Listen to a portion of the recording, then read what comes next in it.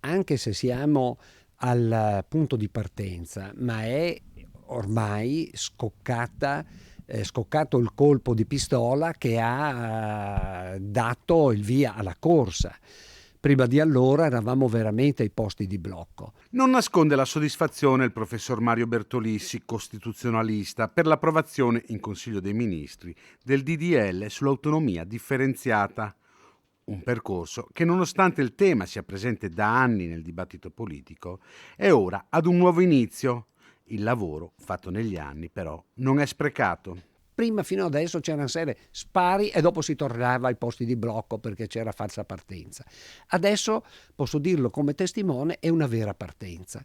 Adesso si tratta di far tesoro di tutto quello che è stato fatto finora, ivi compresa l'esperienza fatta in un negoziato nella prima fase con gli apparati centrali, che paradossalmente, sotto molti profili, facilitano, perché se lei si trova di fronte presso i ministeri persone concrete, e ci sono ingegneri, esperti di economia, medici, ci metta tutto quello che vuole, lei vede che lì la macchina comincia ad andare avanti. La cultura giuridica veneta nello Stato centrale non è mai stata riconosciuta.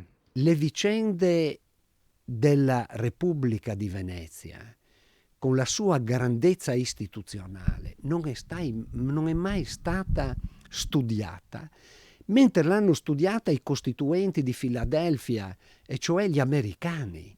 Il professor Bertolissi, già membro della delegazione trattante per l'autonomia differenziata della Regione Veneto, non ha dubbi sulla tenuta della coesione nazionale. Penso che sia una grande occasione, l'ho sempre scritto tra l'altro e detto, per il Paese. Se a Roma adesso, per caso, troviamo interlocutori di questo genere, è la volta che si riesce a combinare qualche cosa nell'interesse del Veneto, ma questo è il meno, è il risultato minimale, il minimo sindacale si potrebbe dire.